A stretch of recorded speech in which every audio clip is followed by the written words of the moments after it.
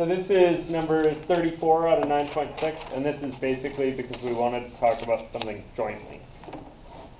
Okay, so this is universal gravitation, courtesy of Newton. It's actually kind of cool. Newton, I think, didn't invent calculus, but he definitely invented this.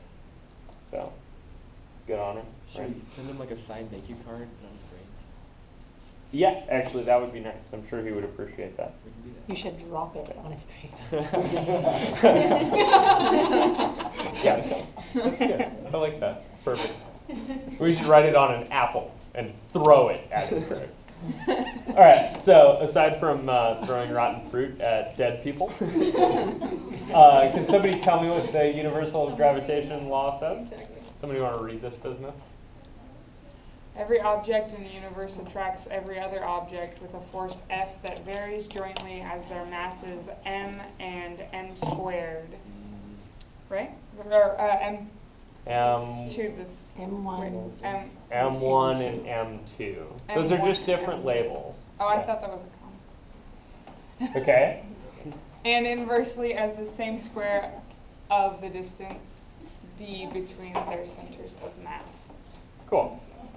So all we want to do is turn this from Words. what, 17th century gibberish into math, right?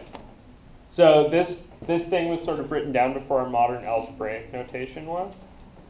But we can write this down in algebra. So how would I say this? F equals. S, good, Is that- equals. K. Do we use K at all in here? Yeah, so K is what I'd want to use. The physics people already co-opted Oh, okay. this thing, so they call that constant G. Okay. So I'm going to call it G, but you guys can think K here. That's perfectly fine. Okay, so now we've got a K. And what? Read M and M2? Yeah, so this jointly thing means that it needs both of them, right? And why are they on the top? Just Because it says varies with, right? So if it just said varies with M1, I'd just write down M1. But because it says it varies jointly, I need M1 times M2. So I've got G times M1 times M2 over, why is there an over? because you got an inverse as well. Yeah, there's an inversely. So I need an over. And what is this over? D. The distance between your centers of mass. D The square. squared. And where's the squared coming from? Versus center. the square of Yeah. distance between the Square centers. of. So this piece, right, square of the distance, that's getting me D squared. Varies jointly with these guys. That bit, right, these two things, that's getting me that M1 times M2. And just the fact that it varies at all is giving me the G. You guys see that? G's just a constant here. Cool? Questions, thanks? Can you like doodle real quick what this looks like? Yeah. Yeah, so the idea is there's two little blobs out in the universe. And these really can be people, even. And you want to know, okay, they're spread apart by some distance d. And this one's got a mass m1, and this one's got a mass m2. And there's some kind of force pulling them together, right? That thing is F.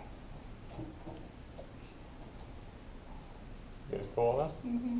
So the idea is just there's two objects out in the vacuum of space or in this room or whatever, and they're being drawn together very slightly by this force. It turns out this force isn't actually super, super strong. If it was stronger, you'd like fall through the floor and stuff. That would be kind of aggravating. What? Fall through the floor. If you calculate how much this force, right, the force of gravity is between two people, you'll find that it's well below the threshold of what you can feel. But you can make a cool experiment to observe this force. And actually, the way that you calculate this constant G is experimental. It's super cool. You guys want to see a doodle of it? I can make it for you. So you make this picture, except double-sided. So you take two blobs on a stick and suspend them from a string. Okay. Okay, so up is this way. Uh-huh. You've got your two blobs on a stick on a string. Okay.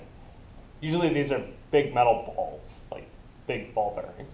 And then you take and set next to them a couple big bricks of lead.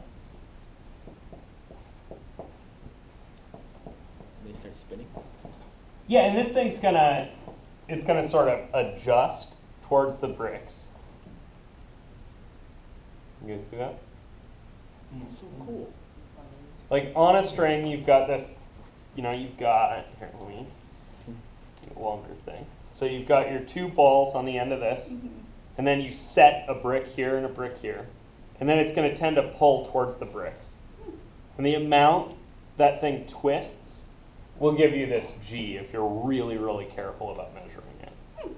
And so traditionally, to be careful about measuring it, they stick a mirror on this thing and bounce a laser off, and you can measure this angle theta that it deflects. From that, you can figure out how strong this G thing is. Oh. Cool. What if the word wasn't attracts? What if it was like deflects? What if it was repels? Yeah, repel. There you go. Yeah, so what if every object repelled every other object? Well, then That the wouldn't force be would so just be good. going the other direction, right? This would actually be fundamentally bad for us. But really, all it would do on the equation is throw a minus sign right here. And the minus sign would get sucked into that constant anyway, so you wouldn't need it. Okay. You guys see that? I don't really have a reason to assume that this constant ought to be positive. That thing has to come from some kind of information in the world, right? It's that calibrating step we had to do on the tri-tip model. Cool. Any other questions on that? Yeah, they just wanted me to write it. But we could do something else. We could figure out like how strong is the, you guys want to do an example? We can figure out how strong the force is between two people. Can somebody do me a favor though? So. I'm gonna need a number for this. So can you look up the constant of universal gravitation for me? Like, what is that? I don't know what it is off the top of my head. So, are you gonna ask Siri what the Fuck Siri. you want constant of universal gravitation? I can't, she's dead. She's dead. Okay, so let me set up my picture. 6.674 Hang on. G is 6.674 times 10 to the negative 11th. times 10 to the minus 11. Okay, we're gonna ballpark. Let's call it 6 times 10 to the minus 11. What the hell? We'll call it 6 times 7. Or 6.7 times 10 to the minus 11. Okay, and then I need two people. People? How far apart should our people be? How far apart are you guys? About a meter. Foot and a half. Like? It depends. Okay, let's call it a meter. How much do you weigh? 110 pounds. Okay, convert that to a reasonable unit. That's not a mass, that's a force. Pounds are horrible. Use the metric system. What was it? 2.2. I evened up. What was it? Rounded up. How many kilograms in a pound? kilometers. 2.2 kilograms in a pound. So It's if roughly it's, 50 kg. Yeah. So let's say we've got a 50 kilo person and a 60 kilo person. Yes. Okay. And they're a meter apart. Is that all the information we need to plug into there?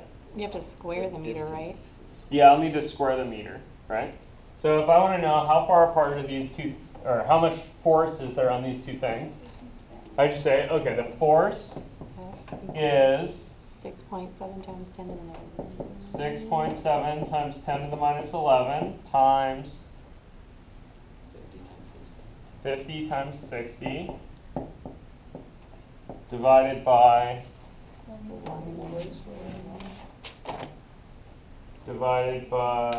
1 squared. Okay, 1 squared is easy, right? Okay. Where did you get the one Nah, that's square really from small. before you leave it? I got the 1 squared because the distance between them is 1 meter. Oh, got it. Okay, so I got 6.7 times 10 to the minus 11 times 50 times 60 is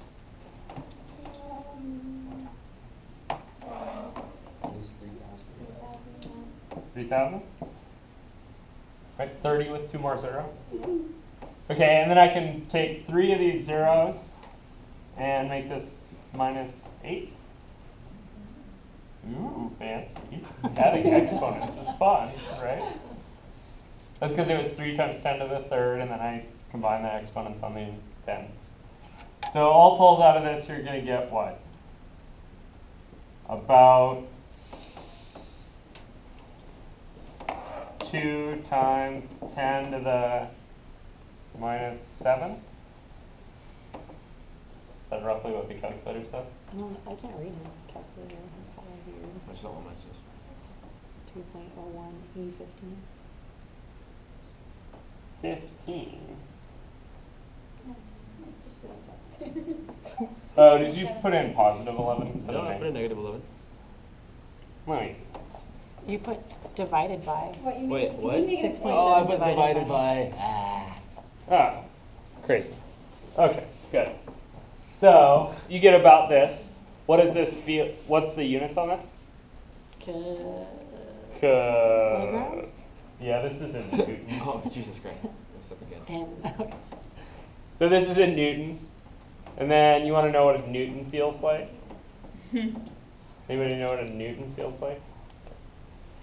A fig It's kind of soft. Probably about right. It's a relatively low force. So this is like vanishingly small. I want You guys to see that? read after me. You won't be able to feel this. But here it is. It's this force. It's not very much at all. Force is not strong with those two. Yeah, exactly. These two are not very attracted to one another. Cool? And one That's good. Make- So, for reference, 1,000 newtons feels like the weight of a 225-pound person. Is this why they say that usually long distance relationships don't work?